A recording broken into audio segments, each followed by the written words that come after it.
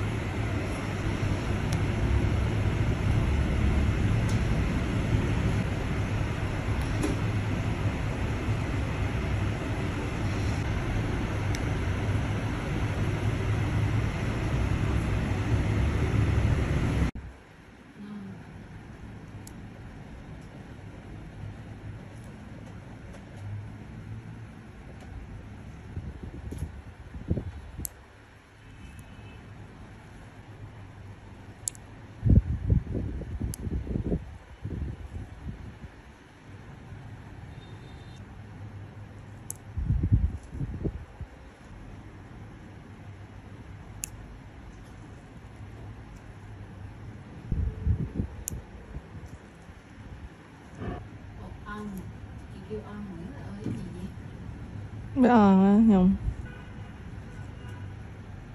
Bé ơn có cu bù đó. Ta vô ta qua không được vậy?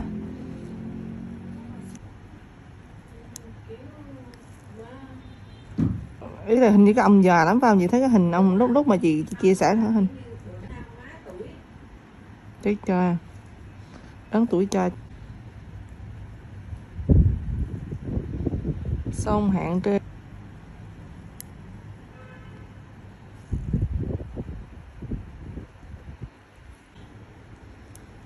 Chồng lại á.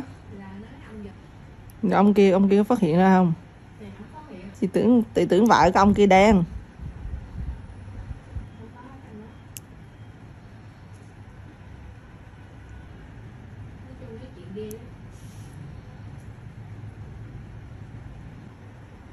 Nó hiện nó không có số mà nó hiện lên cái bờ hoặc là cái bờ gì đó không nhớ, nhưng mà không có ông giờ đó nữa. Lúc chị xảy là chị thấy cái ông giờ đeo kính. Cái gì cái quạt quá Nhung. Ba mấy chị tức ghê.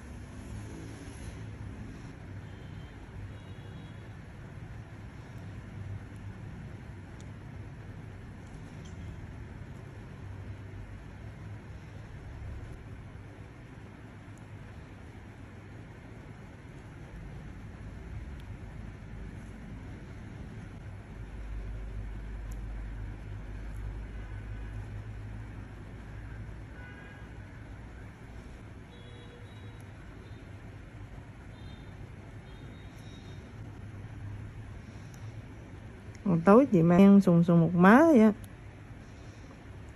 Thì có không hót giùm đơn chửi tôi mà nói gì hết á. Nói thì cứ nói bà má còn rộng. Ủa bà má thì liên quan gì tới tôi? Chắc liên quan á.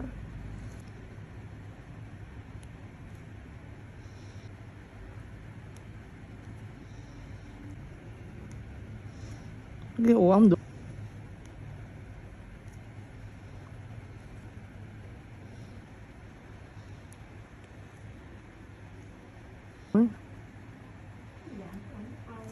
ừ.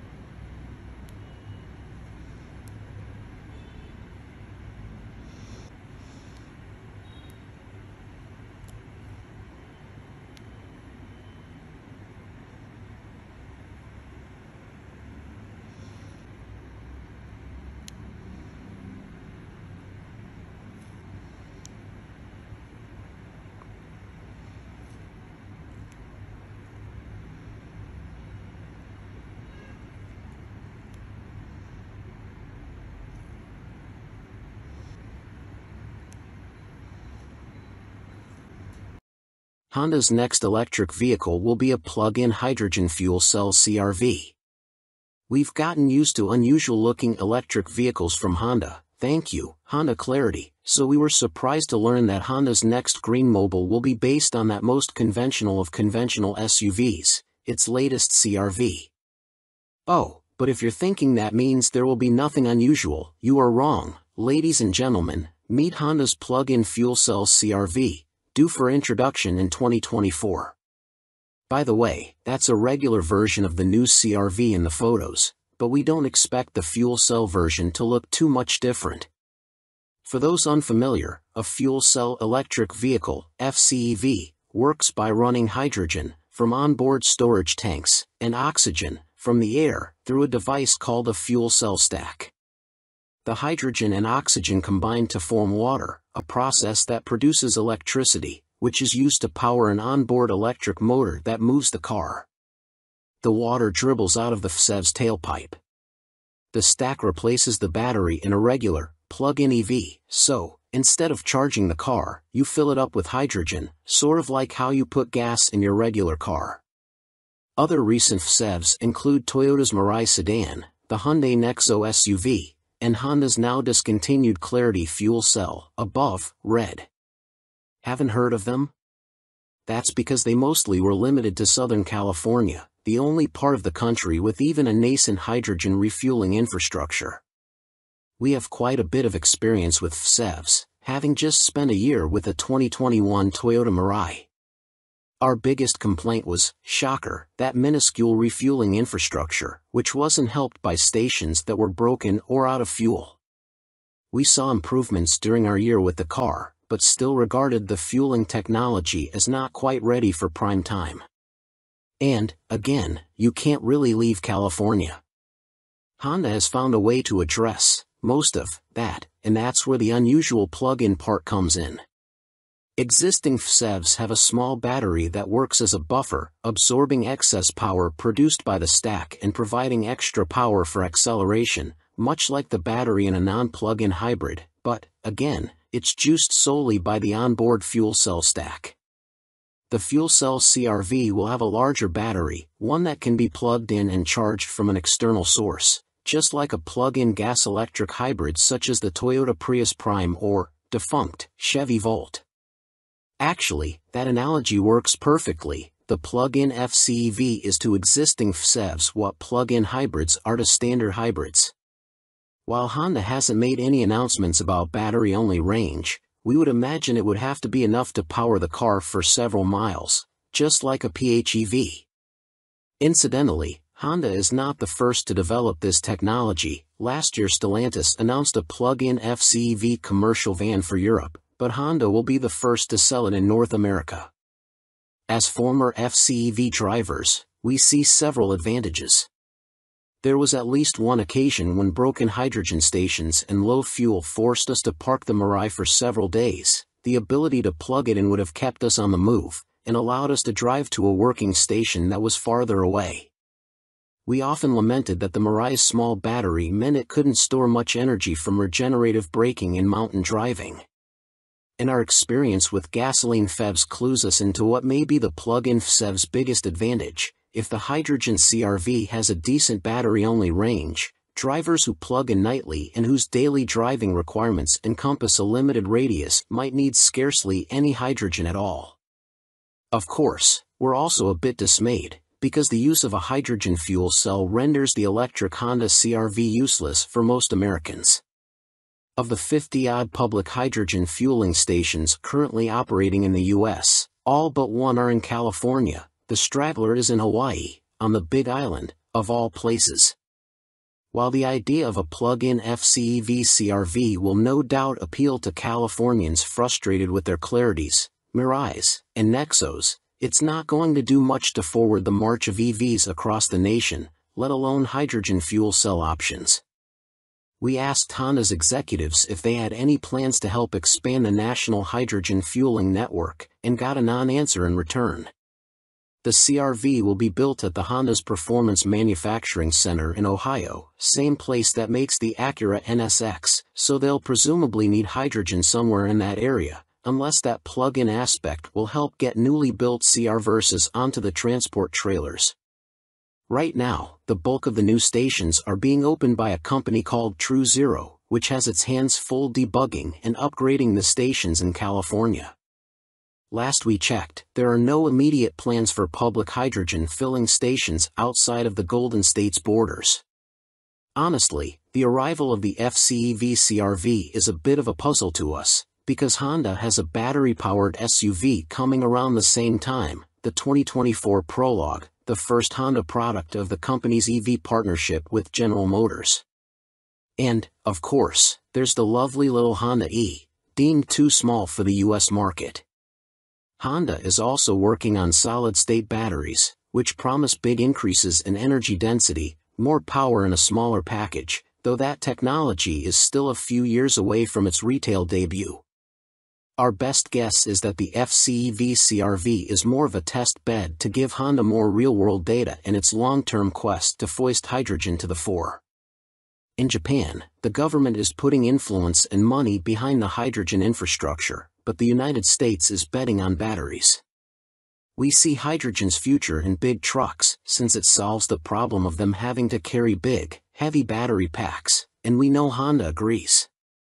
Still, having rather enjoyed the concept of our Mirai, electric car quietness and cleanliness with gasoline-like fueling speed, and seeing the advantages of a plug-in battery, we think Honda's plug-in fuel cell CR-V will be an interesting new take on the technology. We'll learn more details about the vehicle closer to its launch in 2024. Hyundai, Nissan roll out services to make it easier to own an EV. Hyundai Home is a new online service the automaker is providing to electric vehicle customers to help them find local contractors to install EV home chargers, solar panels, and maybe a home battery. Nissan also announced EV Carefree Plus at the LA Auto Show. This is a collection of services including free public charging and roadside assistance to reduce anxiety in new EV drivers. Automakers have been experimenting with different ways of encouraging EV adoption with projects like this. GM, for example, will pay to have L2 home chargers installed when someone buys a new Bolt, and many automakers work with Cmerit to find reliable local contractors. Hyundai is working on making it easier for car buyers to choose a plug-in vehicle with a new program called Hyundai Home. The new website, which was announced today at the Los Angeles Auto Show, acts like an intermediary between someone who just purchased a new Hyundai EV and the boring nuts and bolts of getting a home charger permitted and installed and maybe filing for some local government or utility incentives. The Hyundai Home Marketplace uses your home address to find EV-related services available there. In my case, I was able to see options for rooftop solar and home battery storage, but the EV home charger section was not yet operational. Requesting information about rooftop solar brings up a personalized but auto-generated estimate of the lifetime savings of installing solar panels. The Home Energy Storage tab works similarly, providing an estimate of how much it would cost you to install enough batteries to power your home for a week. All of these estimates get refined by an actual installer or contractor once you complete the forms on the website, and the marketplace ends up providing customers with 3 bids for each project they might be interested in. Hyundai Home also offers human energy advisors who can answer questions about the technologies involved. Hyundai first announced the Hyundai Home project at the 2021 LA show and has partnered with Electrum to make it operational. The site currently works in 16 states, but nationwide operation is coming soon. Other companies at work on EV logistics. Hyundai has company when it comes to offering EV shoppers help getting set up for home charging. GM will cover the installation of Level 2 charging outlet for new Bolt EV or Bolt EUV customers, for example, and works with Kmerit to find verified installers. Automakers including Audi, BMW, and Cadillac all work with Kmerit to find local electricians for their customers, and Kmerit also offers home charger installation help for people who didn't just buy their EV at a dealership. Another new EV benefits program was announced alongside the Hyundai House at the LA show. Nissan announced a CARE initiative called EV Carefree Plus that will provide EV transition assistance to Ariya and Leaf buyers, as well as customers of future Nissan electric vehicles. EV Carefree Plus is the branded name for some services Nissan was already offering, like an 8-year/100,000 battery warranty in roadside assistance, along with some complimentary public charging with EVgo and included scheduled maintenance for 3 years or 36,000 miles. Nissan also partners with Kmerit for home charger installations. Welcome to B&C Car Reviews channel. Is this beautiful concept with butterfly doors the Mazda Miata EV? Mazda today teased a sports car concept called the Vision Study model that we hope hints at a future Miata EV.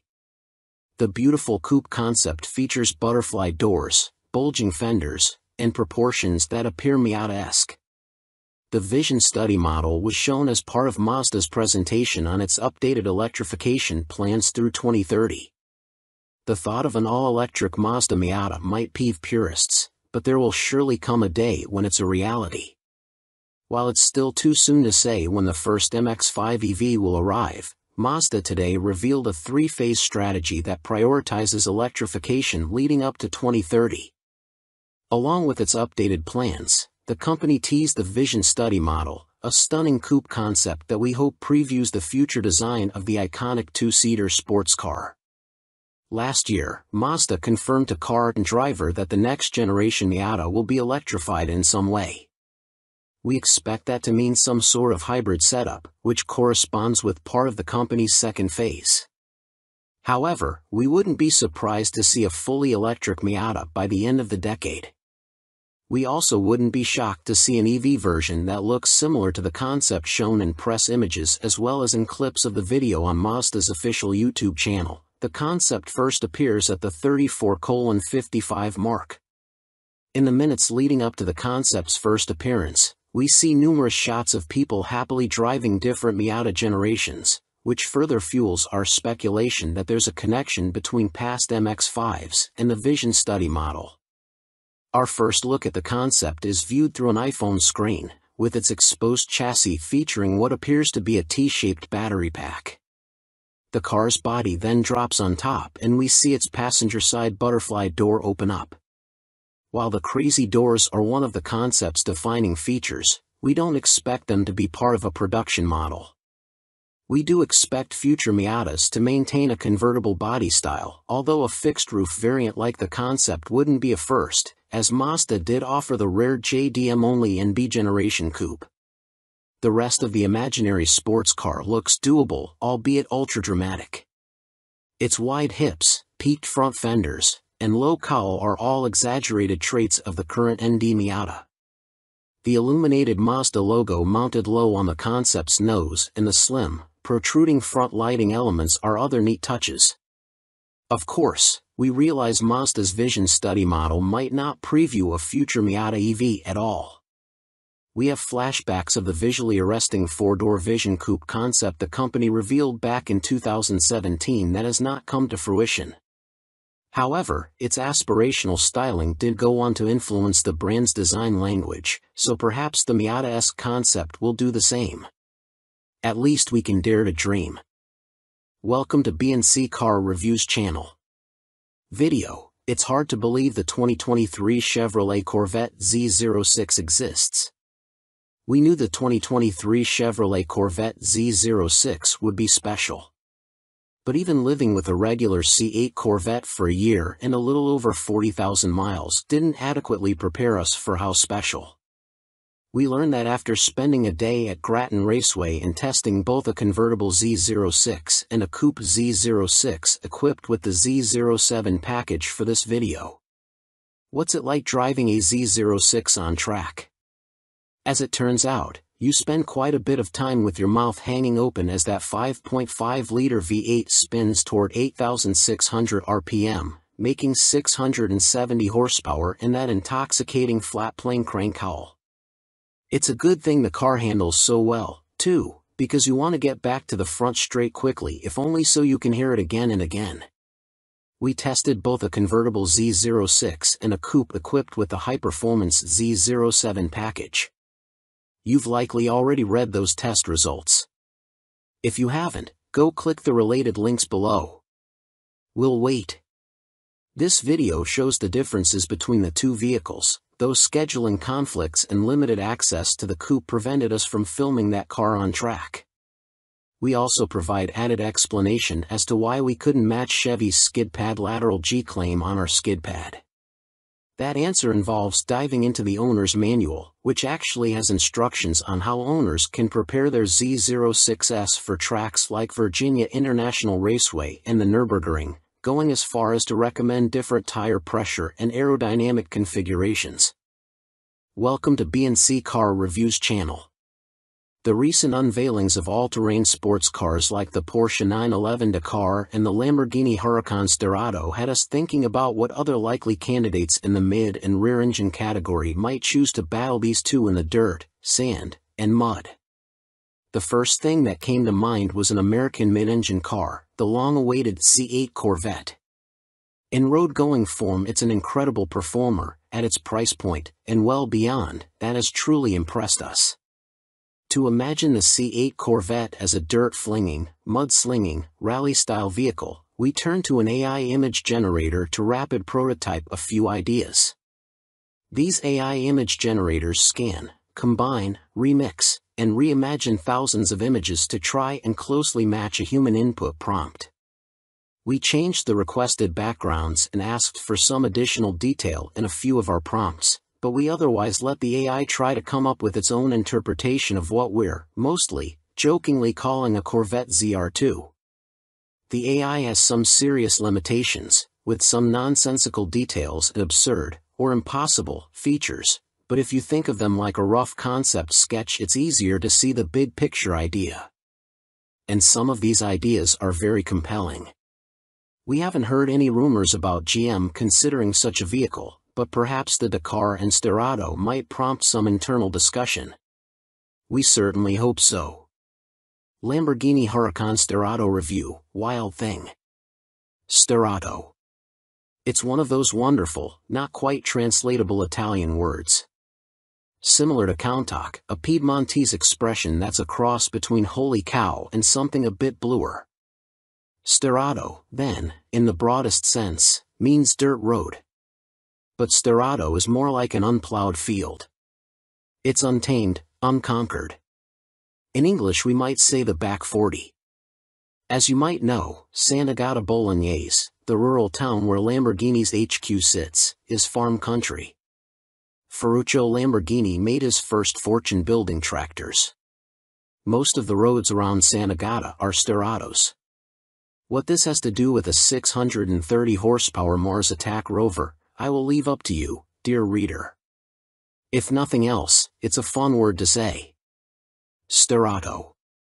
As has now become something of a tradition, Lamborghini's head of engineering, Maurizio Reggiani, flew yours truly and just 3 other journalists to southern Italy for less than 48 hours to sample his team's latest prototype. The first time Reggiani convened this foursome, we drove the $2 million Centenario, then we drove the eventual best driver's car winning Huracan Performante. Next came the quickest SUV Motor Trend's ever tested, the Urus. And now this, a heavily modified off-road supercar that, as of this moment in time, may or may not go into production. I'm probably stating the obvious, but this last car is the craziest yet. Also, I sure hope I keep getting invites to test drive top secret Lumbos. My 12-year-old self is plotting. What on earth is the Stirato? When Reggiani's team was developing the Urus, it spent a great deal of time off-roading. Having worked on nothing but super sports cars, as Lamborghini insists on calling its products in an odd callback to the Winkleman era, driving on dirt was totally new to them. They fell in love. And then one of them asked, what if? What if they could jack up a Huracan, in this case, the new Huracan Evo, mount massive balloon tires underneath, reprogram the computers for off-road duty, and armor plate it? I've long maintained that a proper SUV must look one of 2 ways, like something General Patton would use to invade Palermo or like a moon buggy. If we ever go to war on the moon, I know what the Third Army's command vehicle will look like. So again, what is it? A Huracan Evo, for sure. One that's been raised nearly 2 inches, 47 millimeters, and had its track widened by over an inch, 30 millimeters. The Stirato's wheel arches are both wider and 3D printed to accommodate the wider balloon tires, currently unnamed prototype off-road rubber by Pirelli. I suggested D0, Ford Dirt Zero, 235/45 R20 front and 305/40 R20 rear. The middle number on a standard Huracan Evo is 30 front, 30 rear.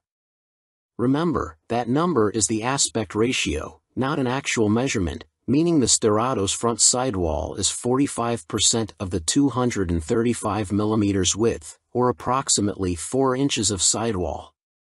Quite unusual these days. Especially on a supercar. The front axle has been moved forward 3 inches to accommodate the larger tires, which necessitated not only new control arms but also longer front fenders. Aluminum armor plating has been added to the bottom of the Stirato's snout, its side sills, and under the rear fascia. That rear hunk of metal also acts as a diffuser, because Lamborghini. The approach angle is increased by just 1 degree, while the departure angle increases by 6.5 degrees. However, several engineers assured me that in all their testing, the only part of the nose that scrapes is the armor. There's also shielding in front of the side intakes to keep rocks and debris out of the engine's intake plenums.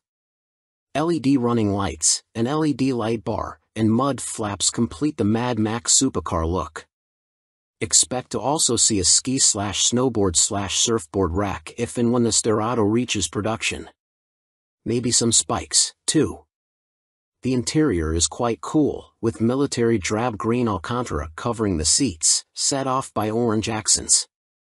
The aluminum plates in place of floor mats are a great touch. Personally, I ditched the harnesses, but I hate harnesses in street cars. Normally I'm against half cages, full cage or go home, but I think this one has the effect of greatly stiffening the Stirato. The final piece of the Stirato puzzle is the reprogrammed LDVI. Launched with the Evo, the Lamborghini Dinamica Veicolo Integrata, i.e., Lamborghini Dynamic Vehicle Integration, here on the Stirato is geared, pun intended, toward off-road fun. First, the entire system has been optimized for low-grip surfaces and situations. Not just the ESC, but the systems that dole out torque front and rear plus side to side have been Sterrato tuned with dusty, gravelly roads in mind. As such, the Sterrato exhibits more rear-drive behavior than any other Lamborghini, even the RWD Huracan. I know, but it's true. When you're entering a slide or even in a slide, torque is doled out in such a way as to maximize the slide. Why on earth not? First up was the Nardo handling circuit, the best track you've never driven. It's hard to stress just how wonderful its 16 turns are. Not surprisingly, here's where the Sterrato's Huracan bones emerged. The thing is a joy to drive on track. First of all, it leans. The suspension's been softened considerably compared to a standard Evo, let alone a Performante. I'm not saying the Sterrato is floppy in corners, I hate that. Rather, it takes a set as you turn, which I love. Leaning into a turn gives you a better sense of what the car is doing. Is it the quickest way around a track? No, obviously not. However, because practically every other supercar on Earth is engaged in a race with no end to churn out the quickest lap time, to me it's big time refreshing to pilot one that's more interested in having a great time. Also, with the traction control off, the already rear-biased Sterrato starts torquing. Fine by me. When I drove the Urus prototypes at the Nardo Center last year, we tested what would become the world's quickest SUV on both the aforementioned track and a fast, winding dirt track similar to a rally stage, called Strada Bianco, the White Road. With the Urus, I was pleased that an SUV did so well in the dirt, but I found myself shocked at how well the big gal handled herself on the track. The reverse is true and then some for the Sterrato. I was gobsmacked sideways by just how incredible this post-apocalyptic-looking buggy did in the dirt. I perhaps forgot that the Sterrato still has that incredible 5.2-liter V10 and a quick-shifting dual-clutch transmission. There are 2 places on Strada Bianco where I was able to pull third gear, and I was shocked by not only the acceleration but also the velocity. Just ferocious. Strada Bianco is maybe 2 cars wide and lined with trees. Frightening at first, but then just stupid piles of fun. As I got on the brakes, way too early at first, I must add, any steering input at all sent the rear of the car into a drift, exactly the way the LDVI was programmed to do. Why do you want the rear end to move? You ever watched a rally? Getting rotated before the turn is half the fun. Allow me to stress this, the Sterrato Swedish flicks beautifully. Think about this for a moment, the engineering brain trust at Lamborghini spent time making sure their dirt-first supercar can properly slide around an off-road track. Also, no handbrake needed. The car, based on what you're doing with the wheel, sets the drift up for you. All you need do is keep the throttle matted and know what to do with your hands, admittedly the tricky part. I'm still a bit amazed. I've taken a number of Subaru WRXs and STIs on dirt trails, and there's a familiar characteristic at play here, only the Sterrato is 2 or 3 times more potent. It's brilliant. Now comes the questions. Anything I didn't like? For a machine that naturally hangs its butt out so beautifully, on pavement the all-wheel drive hurts the subsequent drift. 2 things about that. I mentioned to Reggiani and his team that they ought to do a rear-drive Sterrato. They laughed at me. Second, I only ran the car in Corsa, the most track-focused of the 3 settings. The other 2 settings are Strada, Street, and Sport. The way Lamborghini does it, Corsa actually sends more torque to the front wheels, 2080, than Sport, 1090, does. So perhaps drifts in Sport will be better. I didn't get to test it, blame time, we had little, so I don't know. I already mentioned that I hate harnesses. Other than that, Lamborghini, build it. Here's a couple reasons why Santagata ought to put the Sterrato into production. You ever driven a supercar? The singular most annoying thing is scraping the nose on everything. Even if you have a front-end lift, you're either holding up traffic waiting for it to raise, not cool, or you plumb forget, and scrape. the Sterrato will never scrape. Besides, even if it does, you'd be scraping the aluminum nose guard, and scars would look cool on this particular car. Another thing, as time marches on, sports cars and supercars only get thinner tires, stiffer springs, and firmer dampers. Well, guess what?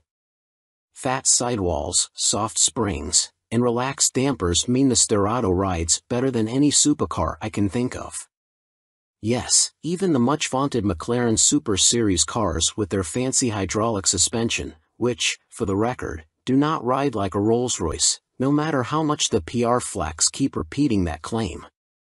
The Sterrato also doesn't ride like a roller. But for what it is, it rides super comfy. Who wouldn't like that? Yeah, but is there a business case? Judging by the way people on my Instagram reacted to the first batch of photos, Dubai won't survive much longer without a Sterrato. And yes, I can see the Middle East being a place where Lumbo's space buggy would work. Same for Russia. Australia, too. And Scandinavia. Hey man, even California, imagine one of these with a set of skis and a snowboard strapped to the roof, heading up to Mammoth or Squaw Valley. Cool, no? Utah, Colorado, British Columbia, etc. But forget about using it the right way. I fear that overthinking things will kill the Sterrato as well as other 40 miles past left field ideas like it. Why? In my mind it's very difficult to predict precisely why a car will be successful. The Mercedes-Benz G-Wagon is quite literally designed to crawl up a rocky mountain in Austria called the Schakal, yet Southern California is by far that wonderful anachronism's largest market. An even better example is the Ford Raptor. A flying truck makes no bean-counting sense, yet the wide-body pre-runners routinely sell for over sticker. Moreover, dealer supplies, how long a vehicle sits on the lot, are among the lowest in the industry. Now, are all the folks buying Raptors racing around Baja or jumping off dunes at Glamis? Obviously not. The Raptor, like the G-Wagon, is a vehicle people just happen to love. Remember, how the customers use a car doesn't matter. You just want people to buy them in the first place. I predict, rich people would plop down cash for a Sterrato. After the drives, and after a nice debriefing with Reggiani's team about what I'd change, tires could look tougher, the body cladding could be shaped different, needs missile launchers, etc., I was handed a phone. Lamborghini's CEO, Stefano Domenicali, was on the other end, and he wanted to know what I thought. My big points were that the Sterrato is too good not to build and that even though I have no details about what exactly will make up the LT version of the McLaren 720S, I almost know what it will be. All I need do is look at how the 650S evolved into the 675 LT and how the 570S became the 600 LT. I roughly know what the 992 Porsche GT3 will be like, just by sitting and thinking about it. But the Sterrato? A breath of fresh, much-needed air in a crowded segment that's not known for its sense of humor, sense of fun, let alone admitting that anything on planet Earth matters besides shaving tenths of seconds off lap times. Porsche didn't understand why people wanted a manual GT3 because it's not as quick on a track as the PDK version. Because shifting yourself is more fun. Manuals now account for more than half of US GT3 sales. Fun. A generation ago Lamborghini shocked the world, first with the Countach and then the LM002. I for one think the time has come for the house that Ferruccio built to do it all over again. Long live wild-eyed ideas that accountants are genetically predisposed to hate. As such, long live the Huracan Sterrato. 2020 Chevrolet Corvette Stingray, here's how we build ours. We've examined the 2020 Chevrolet Corvette Stingray 6 ways from Sunday, giving you the lowdown on the exterior, interior, engine, cargo areas, and more. Now, after hours of, research on the C8's configurator, we know exactly how we'd spec our ideal mid-engine Corvettes. Torch red or accelerate yellow paint. Carbon flash or black wheels. competition seats, or the more comfortable GT1 buckets? Find out how we would build our dream Corvettes below. My perfect, welcome to B&C Car Reviews channel. Lamborghini recalls new Countach because glass engine cover could go flying. The reincarnated Lamborghini Countach was recalled last week for an issue relating to the vehicle's glass engine cover, a National Highway Traffic Safety Administration filing said. Lamborghini received a field notice from an owner in Qatar on October 10, which noted that one of the Countach's 4 glass engine cover panels had separated from the supercar while it was on the move, a NHTSA filing said. Those glass panels sit above an electronically assisted 6.5-liter V12 engine, which provides a total powertrain output of 803 horsepower and 557 pound-feet of torque. This incident prompted Lamborghini to open an investigation, which ultimately determined that an issue with the parts supplier was to blame. More specifically, Lamborghini concluded that the fault stems from an issue with the supplier's bonding of the glass panels, which could result in the panels detaching and leaving the car. The 2022 Lamborghini Countach is capable of reaching 62 miles per hour from a standstill in just 2.8 seconds, before stretching its legs all the way up to 221 miles per hour. Not exactly the sort of speeds you want involved when ill-affixed bodywork is at play.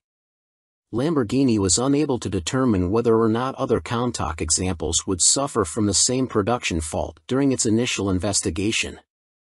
On November 10, Lamborghini's Product Safety Committee voted to launch a proactive recall for the Countach in every global market. That recall impacts 9 owners here in the United States, with dealers expected to receive the recall details on January 9, 2023. Customers will receive a notice from Lamborghini later that week. Customer cars will be inspected after that, with replacement glass panels being made available if they are required. Every Countach built during October 2022 will already have the issue addressed in Santa Agata Bolognese.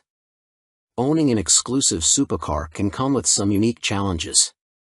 Thankfully for the Lamborghini faithful, this particular fix should be a straightforward job. If you happen to own one of these, it's probably a good idea to leave it in the garage for the time being. Not that you are going to pour on the miles, anyway. Welcome to B&C Car Reviews channel. Mercedes will make your EV quicker. If you pay $1,200 a year. Mercedes will soon let owners of its electric EQ models unlock quicker acceleration as part of a $1,200 plus annual subscription, as first reported by The Drive. Purchased through Mercedes Me Connect services, the subscription is said to drop 0 to 60 mph times by as much as a full second. The subscription also increases the max output from the electric motors by between 60 and 87 horsepower, depending on the model. Improved performance always has a price when it comes to new cars, whether it's shelling out extra money for a mightier engine option or paying a yearly fee to hit 60 miles per hour a second sooner. Wait, what? That's right, Mercedes will soon offer an annual subscription to owners of its electric EQ models that lets them unlock additional power and quicker acceleration. It only costs $1,200 plus tax. Every year. Welcome to the future. The practice of automakers instituting a subscription model for popular features has been a growing trend. It's largely a byproduct of more and more new cars utilizing technology that allows over-the-air updates.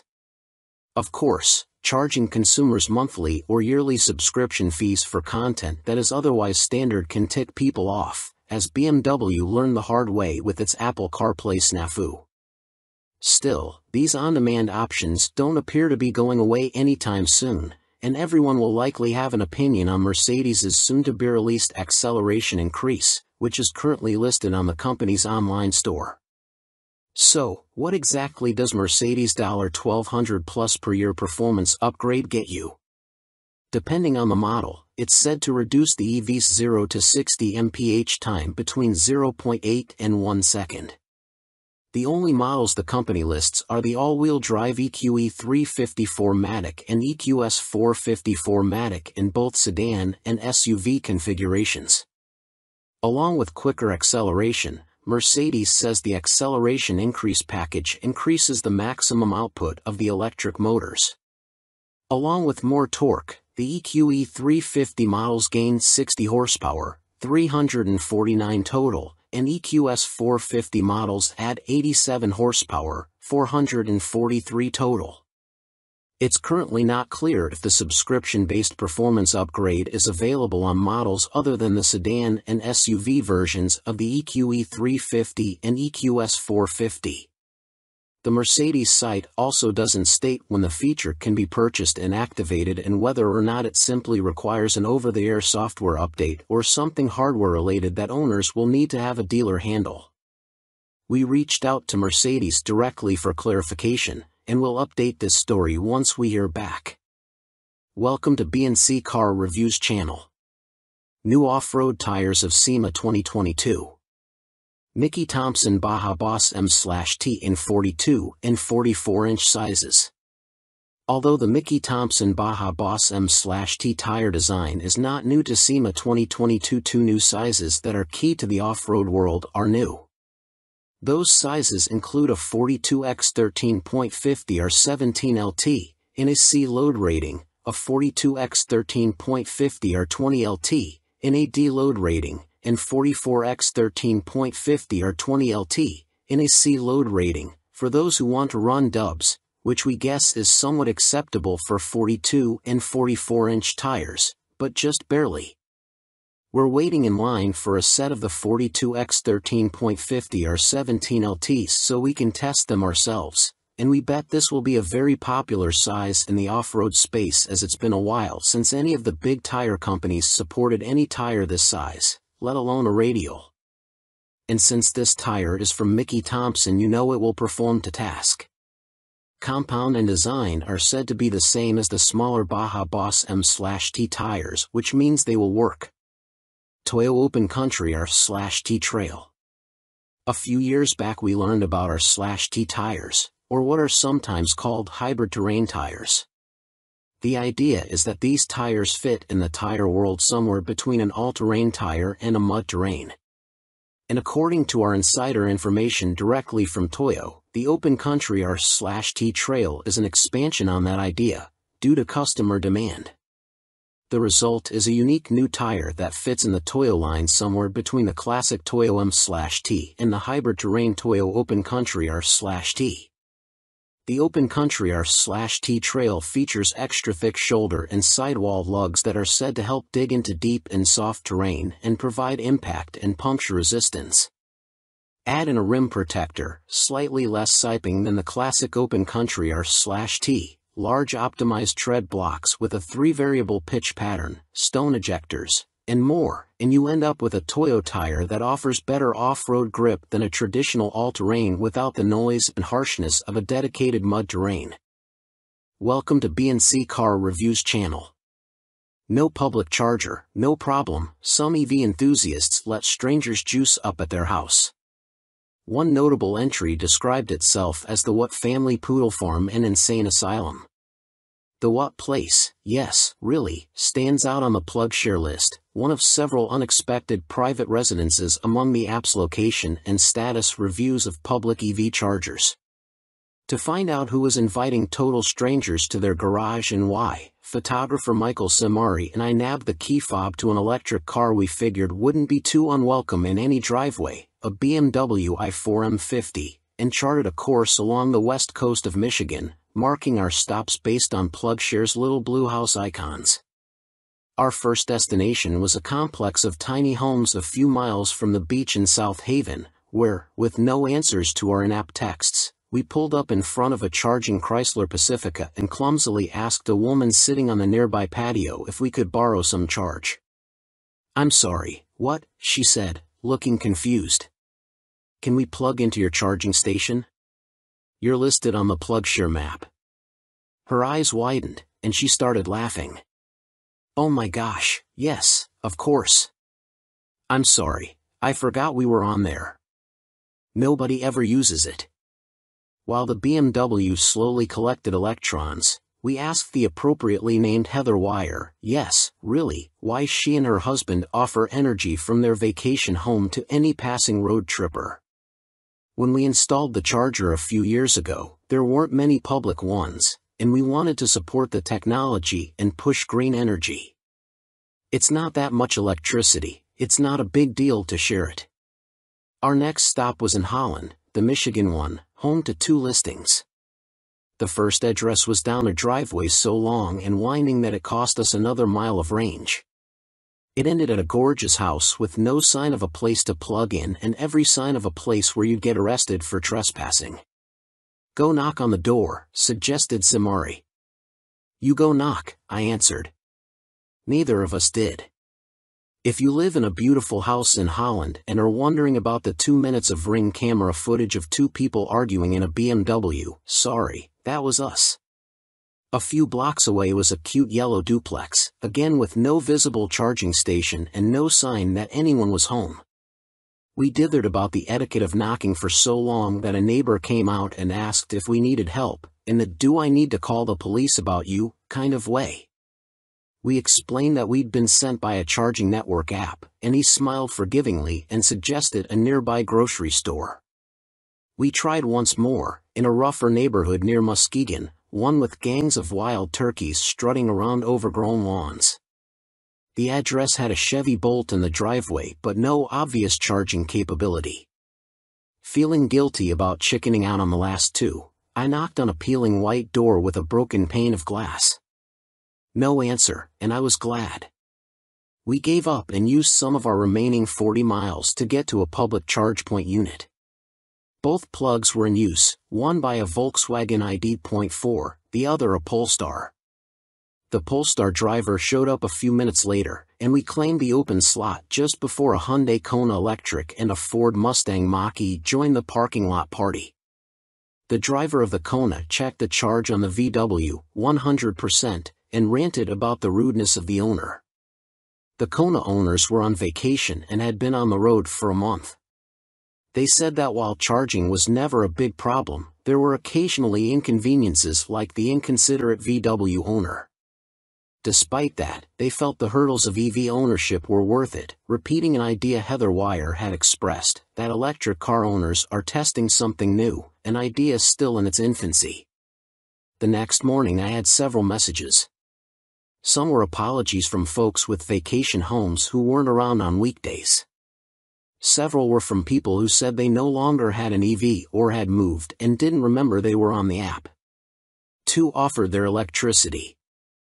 The first was down a gravel road running the peninsula of Arcadia Lake. I battled spiders on the charging cord while Simari enjoyed the view. Later I spoke to the owner, Paul Warnick. Like the Wires, Warnick is an early adopter of electrified vehicles, buying first a Volt and then a Bolt. His shared plug makes sense, being out in a remote area, and he says he gets 3 to 5 users a year, usually guests of his neighbors. Part of it is just to encourage others to consider it. I feel lucky I can do that. It's a small thing, and it's a way to give back. To recharge, but we had one more stop to make, Tim Drager's house, in a neighborhood built around a private airstrip. The Dragers bought a Bolt on the recommendation of a friend who worked for GM. They like the low maintenance of the EV and feel like it makes up for doing much of their travel by plane. I burn a lot of fossil fuels. This feels like a little carbon offset, said Drager. He added what by now had become a common refrain, I like meeting the people in the EV community. The network isn't here yet, but it's growing. We're pioneers. Like trailblazers in friendly outposts along the Oregon Trail, people like Drager, the Wires, and Warnick offer some emergency rations in the wilderness. Welcome to BNC Car Reviews channel. Polestar 2 BST Edition 270 echoes Polestar's past. Before Polestar became Volvo's all-electric offshoot brand, it was the Swedish carmaker's racing and performance division. Perhaps in a bid to regain some of that sporty personality, there's a new limited production model, the 2023 Polestar 2 BST Edition 270. With the dual-motor Polestar 2 as a starting point, the 270 in the name refers to the worldwide production run. The BST is a nod to its internal BEAST development code.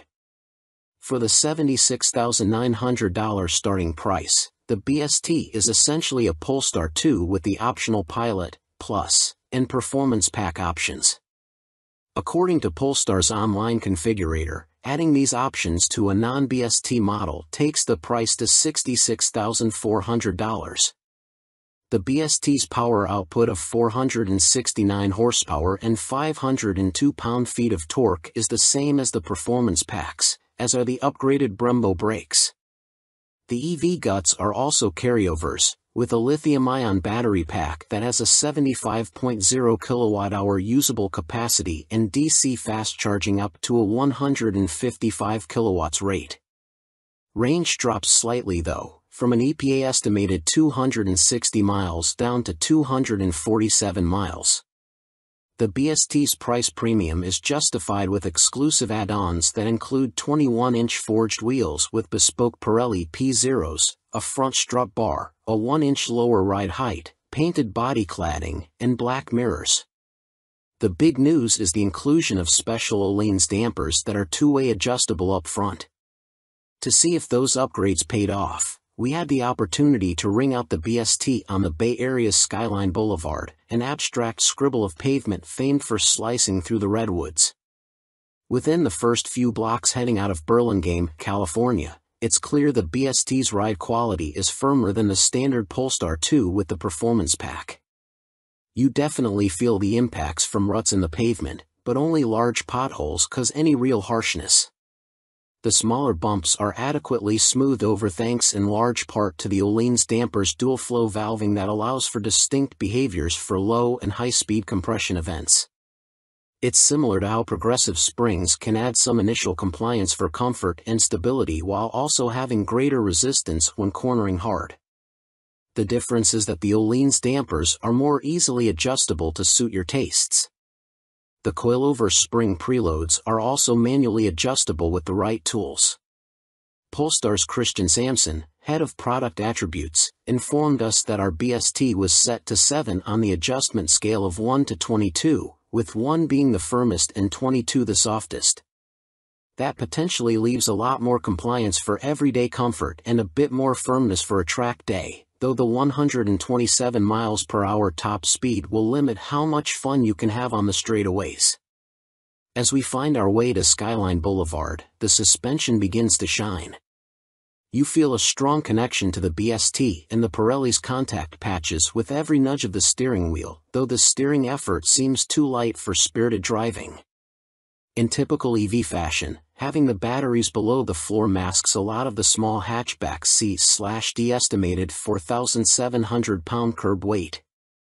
It's easy to get acclimated to the BST's handling characteristics, and in no time we're pushing harder and harder into each consecutive turn.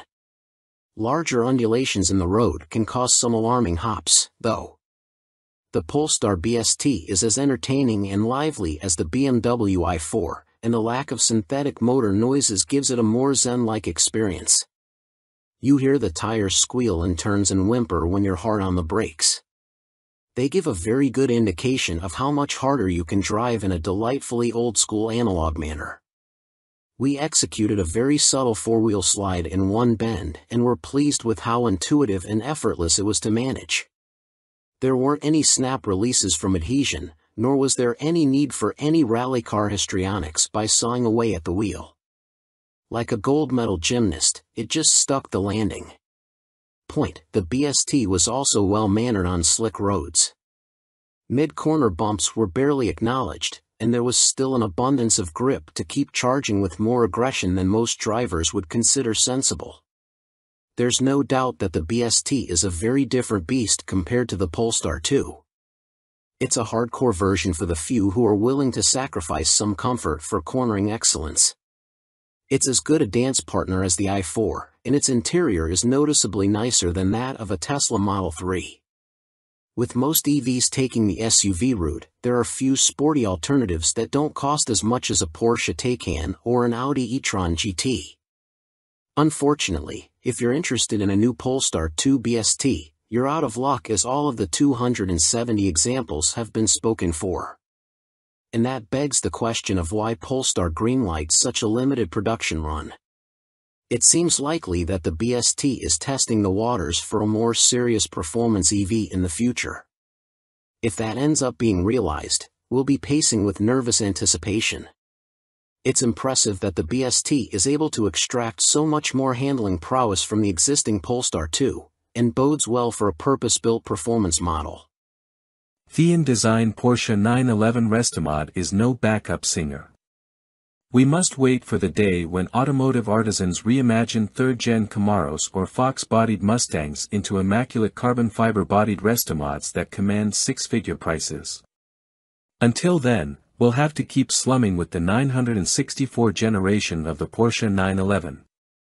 Of course, there are plenty of reasons why the penultimate air-cooled 911 is the frequent muse for high-end tuning outfits.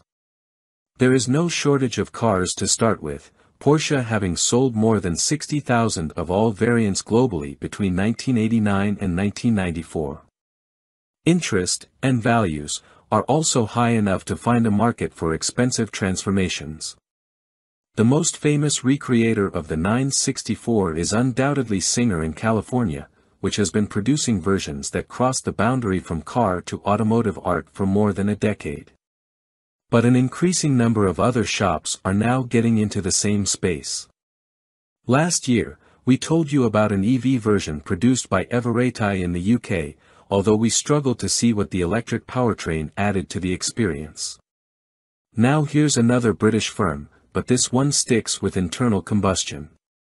The small shop is called Thean Design, and it gave C/D the chance to experience a partially carbon fiber-bodied 964 just before it was shipped to a buyer in Chile, hence the car's Chi001 name. Oh, and that customer is a successful blueberry farmer, if you're wondering about the reason for its violently violet color scheme. As with many similar businesses, Thean Design was born from a personal passion, in this case, the quest of a man named Adam Hawley to build his own perfect 964 while working 9 to 5 as a car designer for big auto companies including Jaguar Land Rover. The car was eventually finished to a standard that had friends and acquaintances asking him to create something similar for them, leading to the establishment of Thean Design with business partner Lucinda Argy, who is also his wife. While the Thean Chi001 shares its basic form with the 964, its detailing is clearly inspired by that of earlier 911s. It has lost the full-width rear light bar it was built with and gained both 930 turbo-style bumper overriders and headlamp bezels. The original car underneath the conversion was a Carrera sold in Japan, but it has been stripped to component parts and completely rebuilt. Structural changes include a carbon fiber roof, trunk lid, engine cover, and spoiler. The fenders and bumpers are made from a sturdier carbon Kevlar blend. Weight saving over a regular 964 is around 220 pounds, according to Hawley, with the part composite bodywork also making the car stronger. Up close, the attention to detail is close to obsessive, including touches such as the symmetric mounting of the twin ignition coils on the engine firewall and the invisible integration of a center, high-mounted brake light into the rear window surround. Thean's customers have a choice of powertrains, including the intriguing option of a supercharger conversion the company has developed for the air-cooled flat six. The Chi001 is running a naturally aspirated 4.0-liter engine. Individual throttle bodies and careful internal balancing take peak output to 400 horsepower at 7,100 rpm. It has also lost its original all-wheel drive system, and power is now sent exclusively to the rear axle through a 6-speed 993 generation gearbox and a limited slip differential. Not every part of the experience has been updated. Getting in, we find the familiar, slightly offset driving position, and although beautifully ret-rimmed in a vibrant hue to match the exterior paint, the cabin's basic architecture is unchanged. But starting the engine reveals an immediately different character to a regular Carrera of this generation, First, the bark of the exhaust, which switchable acoustic flaps vary from loud to very loud. Second is the immediacy of the engine's responses to even slight accelerator pedal pressure, thanks to an ultralight flywheel. Comparing Thean's car with a regular 964 is made complicated by the increasingly distant memories of what the original car was like when new, but this one drives with a level of poise and precision it seems hard to imagine that any stock 964 possessed even when factory fresh, with the possible exception of the famous RS variant. The Qi 001 steering feels direct and slack-free for an air-cooled 911.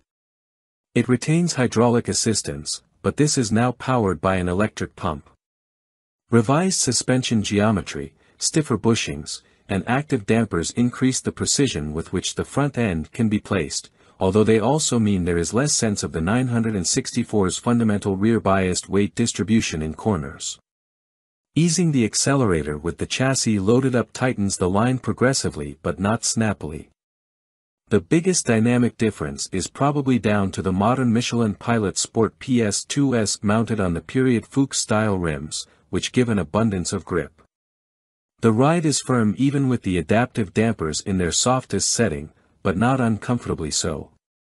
Yet the engine is the Qi 001 starring feature, impressively muscular low down but with what feels like an inexhaustible appetite for revs that the scalpel-sharp accelerator encourages a driver to exploit.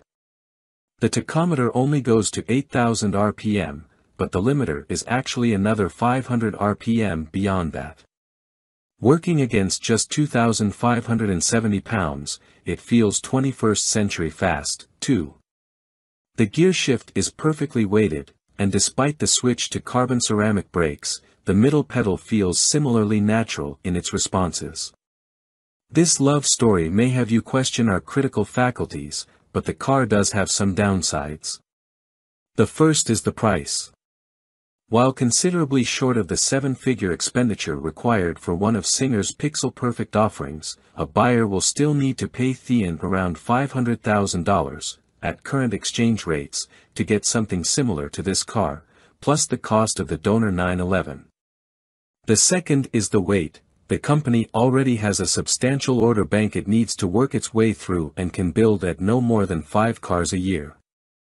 Welcome to B&C Car Reviews channel. Steve McQueen's Bullitt movie Mustang suddenly reappeared. This is how it happened. Steve McQueen's Highland Green 1968 Ford Mustang GT Fastback vanished 38 years ago. The ominous-looking pony car with the barking 390 cubic inch V8, which starred in one of the greatest chase scenes in movie history in the film Bullitt, with McQueen doing the driving in many of the shots, may have been lost, but it was never forgotten. Certainly not by Mustang aficionados, who speculated on its whereabouts for almost 4 decades, titillated by the occasional internet post or word of a spectral sighting. So when the Bullitt Mustang suddenly appeared at a Ford press preview at the North American International Auto Show in Detroit on January 14, 2018, the assembled journalists, car nuts, Ford execs, and Mustang fans went full geek. The synchronicity of the car's breaking cover in the same year as the Bullitt movie's 50th anniversary, and at the same event where Ford revealed its 2019 Mustang Bullitt tribute model, the third since 2001, is just too perfect for it to have been happenstance. And yet it largely was. As those involved tell it, the Bullitt Mustang never would have resurfaced in Detroit had it not been for a coincidence of cosmic proportions, the sheer luck of fortuitous timing, and, especially, the efforts of a determined coterie of emotionally invested volunteers. It took 30 seconds for the Bullitt Mustang, in original, if dilapidated, condition, to rumble onto the stage at Detroit's Cobo Center, but it took a village to make it happen. The backstory. The movie car's trip to the auto show stand actually started in earnest in December 2000.